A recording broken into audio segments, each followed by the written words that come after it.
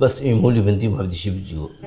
انا بنتي بدها تروح مني هنا، بدها تروح مني بنتي، وحدانيه ما عندي غيرها يعني. شو بدي اعمل يعني؟ يعني شو بتركها؟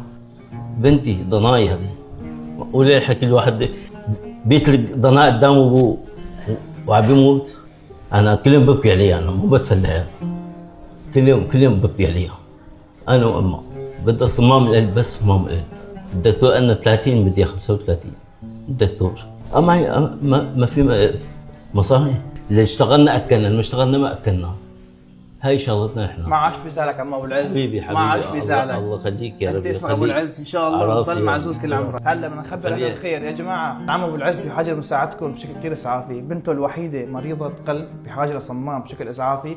حاول كثير وسعى كثير لكن ما بقد بالحيله، بتعرفوا انتم الوضع وشايفين. نعم. الامور جدا صعبه عندنا بسوريا، فكثير بحاجه انه نوقف جنبه ونساعد بنته الوحيده ونقدم له يلي بنقدر عليه مني ومنك.